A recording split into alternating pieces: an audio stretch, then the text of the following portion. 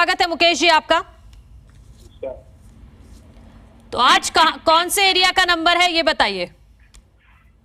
देखिए, drive continue लगातार जारी है और चारों जोन में हमारा ड्राइव चल रहा है। तो जैसे तिलक नगर में चौखंडी है, नजफगढ़ में आपका हमारा ढासा वगैरह है, तो इस तरह से आपका ओखला में भी आज करना है हम लोगों को, इधर साउथ तक की तरफ भी हम लोग जा रहे हैं। तो इस तरह से हम लोग जगह चिन्हित करके ड्राइव चला रहे हैं। तो नगर निगम की इस पहल का पूरी दिल्ली स्वागत कर रही है। और अच्छी बात यह है कि डिपार्टमेंट का डर, जो लोग अवैध कब्जा करने में विश्वास रखते थे, आज उनके अंदर डिपार्टमेंट का डर दिख रहा है। ये सबसे अच्छी बात है। मुकेश जी, पर वो डर बहुत पार्शियल है। हम अर्जुनगढ़ की तस्वीर अपने दर्शकों को दिखा रहे हैं। वहां पर जो रेडी पटरी लगाते हैं लोग, उन्होंने अभी तो हटा लिया है। आज उनको पता है कि बुलडोजर पहुंचेगा, एमसीडी की टीम पहुंचेगी, लेकिन कल वो फिर वापस लगा लेंगे। देखिए, हमारा ये जो अभियान है रेडी पटरी के लिए है भी नहीं है। रेडी पटरी तो एक तरह टेम्परेरी लोग आते हैं, खाते कमाते, शाम को या दिन में चले जाते हैं। ये उन लोगों के खिलाफ है जो फुटपाथ पर कब्जा कर लेते हैं, फुटपाथ पर अपना कंस्ट्रक्शन कर लेते हैं, फुटपाथ को घेर के रखते हैं, 24 घंटों वहाँ पर सामान बांधकर छोड़कर चले जाते हैं, उससे कमर्शियल व्यापार करते हैं, वहाँ पे गलत गलत चीजों को भी फैलाते हैं। तो उसके खिलाफ ये अभियान चल रहा है। रेडी पटरी को एक तरह से हम इसको तो माननीय प्रधानमंत्री की शोधन योजना, उसके तहत भी इसको कहीं न कहीं ये लोग जो टेम्परेरी आते हैं, 2 घंटे 3 घंटे लगाते हैं, अपना रोजगार करते चले जाते हैं। तो ऐसे किसी भी रेडी पटरी वाले को घबराने की जरूरत नहीं, बट उनको घबराने की जरूरत है जो फुटपाथ पर कब्जा करते हैं, इलीगल इन्फोर्समेंट करते हैं, या जो लोग आज सरकारी जमीन पर वो कब्जा करके उसपे अपने आलीशान महल बनाने के, बंगले बनाने की बात कर रहे हैं, उनको घबराने की जरूरत है। और ये अतिक्रमण अभी इलीगल इन्फोर्समेंट को लेकर के चल रहा है। उसके बाद में जो सरकारी जमीनों पर कब्जे किए हैं कुछ लोगों ने, उसके खिलाफ भी चलेगा। तो मुकेश जी, आप कह रहे हैं जो अर्जुनगढ़ में लोगों ने रेडी पटरी हटाई है वो लगा सकते हैं फुटपाथ पर? नहीं, फुटपाथ पर नहीं लगा सकते। रेडी पटरी कभी भी लगाने के लिए तो रेडी पटरी हमेशा चलती रहती है। रेडियां जब भी लगती है तो हमेशा चलती रहती है। चल के सामान बेचते हैं, अपना चल के सामान बेचते हैं, तो उनको भी कब्जा करने का किसी को अधिकार नहीं। नजफगढ़ में भी हमने तस्वीरें दिखाई हैं अपने दर्शकों को कि 10 दिन पहले वहां पर बुलडोजर की कार्रवाई की गई थी। वो पक्के मकान वहां पर बनाए गए थे, उनको गिरा दिया गया है, लेकिन 10 दिन से ही वो लोग फुटपाथ पर कब्जा किए हुए हैं, वहीं पर रह रहे हैं और वो कह रहे हैं कि हम यहां से नहीं हटेंगे, हमारा इंतजाम कीजिए। ये देखिए, कहीं ना कहीं राज्य सरकार का भी फेलियर है। राज्य सरकार की नैतिक जिम्मेदारी बनती है। उन्होंने बोला भी था कि हम हर झुग्गी वाले को मकान देंगे। तो जितनी झुग्गियां चिन्हित हुई थी, आज तक उनको किसी का खाली पेपरों में सर्वे हुआ है, किसी को कोई झुग्गी वाले को किसी को कोई अधिकार नहीं मिला है। उनको कोई वहां पर आज तक उनका कोई सर्वे होकर के कोई रिपोर्ट नहीं बनी है, उनको कोई मकान अलॉट कहीं नहीं हुए। तो कहीं ना कहीं राज्य सरकार का फेलियर है। उसका फेलियर का पूरी दिल्ली उसको भुगत रही है। जी, तो हमने देखा है कि जब शाहीन बाग में बुलडोजर चला, मंगोलपुरी में चला, न्यू फ्रेंड्स कॉलोनी में चला, तो विरोध लगातार देखने को मिला है। तो आज भी अगर ऐसी विरोध मनोज, सिर्फ जो पॉलिटिकल लोग हैं जो अपनी पॉलिटिकल रोटी सेकना चाहते हैं, सिर्फ वो विरोध कर रहे हैं। जनता का कहीं विरोध नहीं है, जनता का कोई नुकसान नहीं हो रहा। आपका राष्ट्र चैनल के माध्यम से पूरी दिल्ली को बताना चाहते हैं कि किसी को घबराने की जरूरत नहीं है, किसी जनता को घबराने की जरूरत नहीं, किसी दुकान वाले को घबराने की जरूरत नहीं। सिर्फ जो लोग इलीगल इंक्रोचमेंट करके सरकारी जमीन पर अवैध कब्जा करना चाहते हैं, जिन्होंने फुटपाथ को घेर कर अपनी दुकानों को उठाने का काम किया, वो घबरा रहे हैं। वो जो राजनीतिक लोग हैं जो राजनीतिक रोटियां सेकना चाहते हैं, उनको तकलीफ हो रही है। जी, तो आज बुलडोजर की जरूरत पड़ेगी या फिर जो कुछ लोगों ने वैसे ही कब्जा किया हुआ है सिर्फ टीम जाकर हटवा देगी? कुछ ऐसा कच्चा पक्का निर्माण भी है? मुझे लगता नहीं है कि बुलडोजर सिर्फ पक्का निर्माण हटाने के लिए होता है। तो अगर कोई पक्का निर्माण पे भी वो भी बोलता है कि मैं अपने आप हटा लूंगा, तो उसके लिए भी हम बुलडोजर का सहारा नहीं लेंगे। लेकिन जो लोग नहीं मानेंगे, जो डिपार्टमेंट को ठेंगा दिखाने का काम करते हैं, वहां पे बुलडोजर चलेगा। हाँ मुकेश जी, क्या रिपोर्ट मिल रही है आपको ग्राउंड से? कितने लोगों ने, कितने फीसदी लोगों ने खुद ही हटा लिया है और कितने फीसदी पर आपको कार्रवाई करने की जरूरत पड़ेगी? लेकिन मुझे मोस्टली 50-60% लोगों ने खुद कब्जा हटा लिया है। और अच्छी बात यह है कि शाहीन बाग से भी दोबारा आवाज आने लगी है कि हमने मोस्टली अपना कब्जा, जो इलीगल इंक्रोचमेंट है, मेरी आवाज मुझे वापस आ रही है। जी जी, मैं इसको रिजॉल्व करा देती हूँ, अपनी टीम से बोलती हूँ मैं कि सर की आवाज वापस उनको मिल रही है, इसको प्लीज थोड़ा ठीक कर दीजिए। तो इस तरह का जितना भी कब्जा था वो सब हट रहा है। पूरी दिल्ली का स्वागत करिए। हम किसी को भी कहीं भी हमारा बुलडोजर चलाने का कोई ऐसा अभियान नहीं था। लेकिन कुछ राजनीतिक लोग इस पर रोटियां सेकना चाहते हैं, वो जबरदस्ती लोगों को कब्जा कराने में, कुछ लोग जो माफिया के साथ जुड़े हैं उनको लेकिन जबरदस्ती मुकेश रोकना जी, ये चाहते हैं। आरोप तो आप पर लग रहा है कि यूपी की तर्ज पर दरअसल दिल्ली में बुलडोजर लाकर आप आगामी चुनाव में फायदा खुद को पहुंचाना चाहते हैं। ये आरोप तो आप पर लग रहा है। हमने अभी पहले भी 4 चुनाव जीते हैं 4 राज्यों में, वहां पहले कहीं बुलडोजर नहीं चला, बिना बुलडोजर के वो जीते हैं। और राजनीति हम लोग कभी भी इस तरह की राजनीति नहीं करते, हम तो सबका साथ, सबका विकास, सबका प्रयास और सबका साथ वाली राजनीति करते हैं। हम तो विकास की राजनीति करते हैं। ये राज्य सरकार के तो मैनिफेस्टो में था कि दिल्ली की सड़कें चौड़ी होंगी, लंदन जैसी पेरिस जैसी सड़कें होंगी, हम आपको इतनी अच्छी सड़कें बना करके देंगे। लेकिन राज्य सरकार तो हमें सहयोग तो करने दे गई और हमें सारी भारतीय जनता पार्टी शासित निगम पर आरोप लगाने का काम कर रही है। आपने कहा कि शाहीन बाग से एक बार फिर से आवाज उठने लगी है, लेकिन शाहीन बाग में तो दावा किया जा रहा है कि वहां पर तो कोई अवैध कब्जा ही नहीं मिला आपको जब गए वहां पर, इसीलिए तो बुलडोजर वापस लौट आया। ऑन मीडिया आपके कैमरे पर उनके वहां के क्षेत्रीय पार्षद ने बोला, क्षेत्रीय विधायक ने बोला, और उन्होंने बोला भी है कि यहाँ पर अवैध बहुत ज्यादा कब्जा था, हमने पहले कुछ हटा लिया था। मैंने सब लोगों से बात की, सब लोगों ने 8 दिन का समय मांगा है। तो दोबारा जाएगा शाहीन बाग, दोबारा जाएगा बुलडोजर? देखिए, चाहे शाहीन बाग हो, चाहे अर्जनगढ़ हो, चाहे महरौली हो, चाहे आपका मेट्रो स्टेशन हो, जहाँ इस तरह के कब्जे हैं वहां पर बुलडोजर को उसको तो जाना पड़ेगा। और आने वाले समय में हम लोगों ने कुछ प्रॉपर्टी या कुछ संपत्तियां चिन्हित की हैं जो राज्य सरकार के चुने हुए प्रतिनिधियों ने वहां पर सरकारी जमीन पर कब्जे किए हैं, बुलडोजर उन पे भी चलेगा। वो जरा बता देंगे आप थोड़ा विस्तार से, कौन कौन सी संपत्तियां जो सभी समय आने पर वो सारी डिटेल आपको हम मीडिया के माध्यम से साझा करेंगे। एक बार ये ड्राइव कंप्लीट हो जाए, जो इन्फोर्समेंट ड्राइव हमने चलाई है, जो सड़क पर अतिक्रमण वाला जो कब्जा है, इसको एक बार कंप्लीट करके उसके बाद हम आपके साथ शेयर करेंगे। मुकेश जी, आपको नहीं लगता कि ठीक है आप ड्राइव चला रहे हैं, लेकिन वापस से लोग कब्जा करना शुरू कर देते हैं? ये तो हमने बहुत टाइम से देखा है कि आप जब उनको अलार्म मिलता है कि एमसीडी की टीम पहुंचने वाली है तो तुरंत अपना सामान हटा लेंगे, ले जाते हैं। तो ऐसे ये सॉल्यूशन आपने बहुत अच्छा क्वेश्चन पूछा। इसके लिए हमने जो कंसर्न एजेंसी है, जैसे दिल्ली पुलिस है, PWD है, या फ्लड है, या इरिगेशन है, या DG है, इनसे भी हमने एक ज्वाइंट मीटिंग करने वाले, सबके साथ में बैठ करके हैंडिंग ओवर टेकिंग ओवर करेंगे कि ये एरिया पे हमने अतिक्रमण हटा करके इसको साफ कर दिया, तो आगे की जो कार्रवाई करेगा जो कंसर्न एजेंसी है उसकी जिम्मेदारी होगी संभालने। अच्छा, शाहीन बाग में फिर से बुलडोजर कब जाएगा? और आपको नहीं लगता कि जब शाहीन बाग में आपकी टीम गई तो कहीं ना कहीं सुरक्षा के उस तरह के इंतजाम लेकर आप नहीं पहुंचे वहां पर जिस तरह के लेके जाने? देखिए मनोज, ये बड़ा चिंता वाला विषय, सोचने वाला विषय, आपका क्वेश्चन भी बहुत वैलिड है।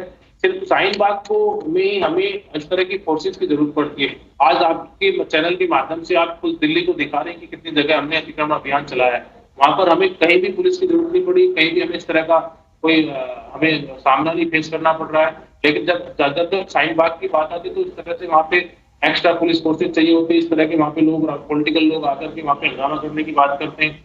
ये तो पूरी दिल्ली है, मतलब अगर एक पर्टिकुलर एक कम्युनिटी को लेकर के लोग हमेशा दिल्ली को बरगलाने की बात करते हैं, तो शाहीन बाग दिल्ली का हिस्सा है, शाहीन बाग देश का हिस्सा है। जो कानून, जो नियम नगर में या अर्जनगढ़ में लागू हुआ है, शाहीन बाग में भी होना चाहिए। तो शाहीन बाग ऐसा स्पेशल क्या बन जाता है कि वहां पे सभी नेता पहुंच जाते हैं, सारे पॉलिटिकल पार्टी के लोग आकर वहां धरना कर लेते हैं। और जब ये लोग अतिक्रमण करते हैं, जब इनको प्रसाद को फांसी दी गई है या फिर ताहिर हुसैन को जेल में डाला गया दंगों के आरोप, तो ये कहते हैं मुसलमान खतरे में आ जाता है। जब ये लोग देश पर आतंक करते हैं, देशद्रोह के खिलाफ अभियान चलाते हैं, और जब इनके खिलाफ डिपार्टमेंट कार्रवाई करता है तो वो कहते हैं कि मुसलमान खतरे में आ गए। ये समझ से परे है। मुकेश जी, आरोप तो ये भी लग रहा है कि दरअसल टारगेट शाहीन बाग ही है, ये जो बाकी जगहों पर कार्रवाई हो रही है ये तो सिर्फ दिखावा है, टारगेट असली शाहीन बाग है। मैं आपको डेटा के साथ में 83 लोकेशन पे हमने कार्रवाई की है, उसमें से one of them Shaheen Bagh है। तो जब हमने पहले 82 पे हमने कार्रवाई किया तो उसके बाद शाहीन बाग का नंबर आया। अच्छा, अभी हमने जामिया में की है। अच्छा, अभी क्यों याद आया है? 15 साल बाद क्यों अचानक याद आ गया कि ऐसा नहीं है, ये 15 साल से इन्फोर्समेंट ड्राइव लगातार चल रही है और अच्छी पहल है। चलो मैं कहता हूँ अभी हमने शुरू किया, तो अगर अभी अच्छी पहल हमने शुरू की तो उसमें चल रही है लगातार, तो मुझे जरा आप डेटा दे पाएंगे कि कितने किलोमीटर की सड़क आपने कब्जा मुक्त करा दी है, कितनी उससे समस्या का समाधान कितना अभी तक निकल पाया है? हमने 83 लोकेशंस पे पिछले अप्रैल में ये ड्राइव कंप्लीट किया है और मैं आपको चाहे तो आपके साथ में डेटा में 1 शेयर भी कर सकता हूं। आप उसको मीडिया को, दिल्ली को दिखा सकते हैं। और ये जो आरोप लग रहे हैं आप पर कि आप धर्म विशेष के लोगों पर ही टारगेट कर रहे हैं, इस पर क्या सफाई होगी? मैंने आपको बताया ना, अगर कसाब को फांसी होती है या उधर जम्मू कश्मीर में आतंकी पकड़ा जाता है या ताहिर हुसैन को जेल में डाल दिया जाता दंगे के आरोप में, या जेएनयू में लोग देश विरोधी नारे लगाते हैं, तो फिर ये कहते हैं कि देश का मुसलमान खतरे में है। अरे देश का मुसलमान खतरे में कैसे भाई? हम 82 जगह पे ये कार्रवाई करके आए हैं, 83वां नंबर आपका, 83वां नंबर आपका, तो देश मुसलमान कैसे खतरे में आ गए? 82 जगह पर आकर आपने कहीं नहीं बोला है। आज 4 जगह ड्राइव चल रही है, आपने कहीं नहीं बोला है। लेकिन जब शाहीन बाग में आती है, जहाँ रोज दंगे होते हैं, जहाँ 2 लाख लोगों को बेरोजगार कर दिया जाता है सड़क पर बैठ करके, तब कभी नहीं आए कि मुसलमान खतरे में। 2 लाख लोगों का रोजगार सीए प्रोडक्शन में लोग खा चुके हैं। पूरा दोनों तरफ का ट्रैफिक बंद करे, जहाँ आदमी को मात्र नोएडा से दिल्ली आने के लिए 5 मिनट क्रॉसिंग करने में लगते थे, वो 5-5 घंटे जाम में रहता है। मुकेश जी, आम आदमी पार्टी दरअसल ये आरोप लगा रही है कि आम आदमी पार्टी ने कोई मुद्दा छोड़ा नहीं है दिल्ली में, तो इसलिए आप ये मुद्दा पकड़कर बैठ गए हैं, अवैध कब्जा, बुलडोजर। देखिए, मैं आम आदमी पार्टी को आपके चैनल के माध्यम से चैलेंज करता हूँ। वो शिक्षा के क्षेत्र की बात करते हैं तो अपने 10 स्कूल ले ले, 10 मेरे ले ले। वो हेल्थ की बात करते हैं तो अपने अस्पताल ले ले, हमारी डिस्पेंसरी ले ले। वो सफाई की बात करते हैं तो आगे पैरामीटर चेक कर ले। वो कहीं भी किसी भी फील्ड में आकर बात करने की बात करते हैं तो मैं तैयार हूं उनसे बात करने के लिए। लेकिन झूठ पर दिल्ली नहीं टिकेगी। वो सिवाय झूठ बोलने के कुछ नहीं करते। आज पंजाब का हाल देख लीजिए क्या है, आज दिल्ली का हाल देख लीजिए क्या है। दिल्ली के जो लोग हैं पिछले 7 साल से किसी का राशन कार्ड नहीं बना है, लेकिन रोहिंग्यों को, बांग्लादेशियों को, घुसपैठियों को रातों रात राशन कार्ड, उनको सुविधाएं दी जाती हैं, उनको पानी बिजली दिया जाता है। लेकिन दिल्ली की माताएं बहनें आज बूंद बूंद के लिए तरस रही है। पूरी दिल्ली में पानी का हाहाकार मचा हुआ है, लेकिन राज्य सरकार को कोई चिंता नहीं है। राज्य सरकार को सिर्फ अपने वोट बैंक की और घुसपैठियों को संरक्षण देने की चिंता है। और आम आदमी पार्टी के ही पार्षद या आम आदमी पार्टी के नेता ही हर जगह जब भी दंगे होते हैं या कोई इस तरह का भड़काऊ चीजें होती है, वहां सारे मिलते हैं।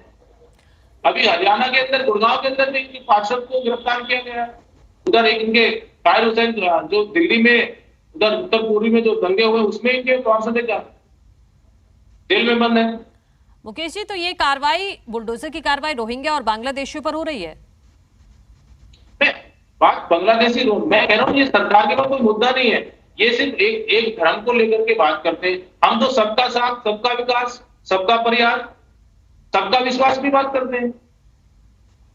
तो ये कहते थे कि रोडी दिल्ली के अंदर इन्होंने आयुष्मान योजना आज तक लागू नहीं होने दी, तो आज पूरी दिल्ली इलाज के लिए गरीब आदमी तरस रहा है। रेडी पटरी वालों को ये कहते थे हम सबको रेगुलाइज करेंगे, सबको नए ठिये देंगे, सबको अल्टीमेटली केंद्र सरकार को आगे समृद्धि योजना को लागू किया गया। तो मुकेश सुरयान जी, ये बुलडोजर का मुद्दा एमसीडी चुनाव क्योंकि आ रहे हैं, इसके अलावा और कौन कौन से मुद्दे लेकर आप चुनाव में जाने वाले हैं, ये भी मैं समझना चाहूंगी। देखिए, चुनाव तो एक प्रक्रिया है। चुनाव कराना चुनाव आयोग का काम है। चुनाव आयोग जब चाहे तो चुनाव कराएगा। हमारा चुनाव से कोई मतलब नहीं है, हम चुनाव की राजनीति नहीं करते। हम लोग, दिल्ली सरकार जो कहती है कि दिल्ली साफ सुथरी नहीं है, दिल्ली में ये करना चाहते हैं, आज हम दिल्ली को अगर अवैध कब्जे हटाने की बात कर रहे हैं, ये दर्द सिर्फ आम आदमी पार्टी के नेता को हो रहा है। पूरी दिल्ली को कोई दिक्कत नहीं है, जनता का कहीं रोष नहीं है, सब लोग उसका स्वागत कर रहे हैं। आम आदमी पार्टी दरअसल ये बार बार एमसीडी चुनाव जो पीछे खिसकाए गए हैं, इसको लेकर भी आरोप लगा रही है कि बीजेपी डर गई है, इसी वजह से चुनाव नहीं होने दे रही है। हमने जितने साल में दिन नहीं है उतने आतंकवादी मारे हैं, हम डरने वाले नहीं है। अनुच्छेद 370 हटा दी, हम डरे नहीं है। हमने ताहिर हुसैन को जेल में डाला, हम डरे नहीं है। हमने कसाब को फांसी को लटकाया, हम डरे नहीं है। हमने जम्मू कश्मीर में 35 से हटाया, हम डरे नहीं है। तो हम चुनाव से क्या डरने वाले? अभी फिलहाल में 5 राज्यों में चुनाव हुए, 4 में परसेंट जीत के साथ आए हैं, हम कहाँ डरने वाले हैं? और भैया चुनाव की अगर इतनी दिक्कत है तो 6 महीने बाद, 4 महीने बाद चुनाव तो होने ही है ना। अब 2-2 हाथ हो जाएंगे। अभी असम में चुनाव हुआ था, हम कहाँ डर रहे हैं? असम में भी नगर निगम का चुनाव है, खाता तक नहीं खुला वहां पे। तो आज मैं ठीक है, मैं वापस फिर आज की कार्रवाई पर आ जाती हूं कि बुलडोजर आज किन किन इलाकों में चलना है, कब से ये शुरू होगी कार्रवाई और क्या। हाँ, एक महत्वपूर्ण बात ये कि हमने देखा है कि जब शाहीन बाग में बुलडोजर चला और यहां पर बुलडोजर चला न्यू फ्रेंड्स कॉलोनी में, तो वहां सुप्रीम कोर्ट में याचिका दायर की गई। तो आपकी कोई खबर है कि आज की कार्रवाई को लेकर भी कोई सुप्रीम कोर्ट तो नहीं पहुंचा है अभी तक? नहीं, सुप्रीम कोर्ट ने तो इनको मतलब उल्टे हाथ लौटाया है। ऐसी लताड़ माननीय सर्वोच्च न्यायालय ने उनको मारी है कि आप सर्वोच्च न्यायालय का मजाक बना रहे हैं। हर कोई किसी भी बात को सर्वोच्च न्यायालय का भी खुद हमें कहीं ना कहीं निगम को इस तरह का आदेश है। सर्वोच्च न्यायालय तो हम खुद चाहता है कि दिल्ली से अतिक्रमण हटे, दिल्ली में कब्जा नहीं होना चाहिए इस तरह का, तो उसके लिए कार्रवाई नहीं हुई। सर्वोच्च न्यायालय ने इनको हाईकोर्ट जाने को बोला, तो हाईकोर्ट से भी इनको उल्टे लताड़ पड़ी है। तो अब ये किधर के भी ले रहे हैं जाने के लिए, इनके पास जाने का कोई आधार नहीं है। अब तो दिल्ली इनको देख रही है, दिल्ली आने वाले समय में इनको गिराने का काम करेगी। ठीक है मुकेश सूर्यान जी, बहुत शुक्रिया जी दिल्ली एनसीआर हरियाणा को समय देने के लिए। तो मेयर, एसडीएमसी हमसे खास बातचीत में उन्होंने तमाम दावे किए हैं कि जिस तरह से अब अवैध कब्जे के खिलाफ बुलडोजर चल रहा है, आगे भी इसी तरह की कार्रवाई निरंतर जारी रहेगी।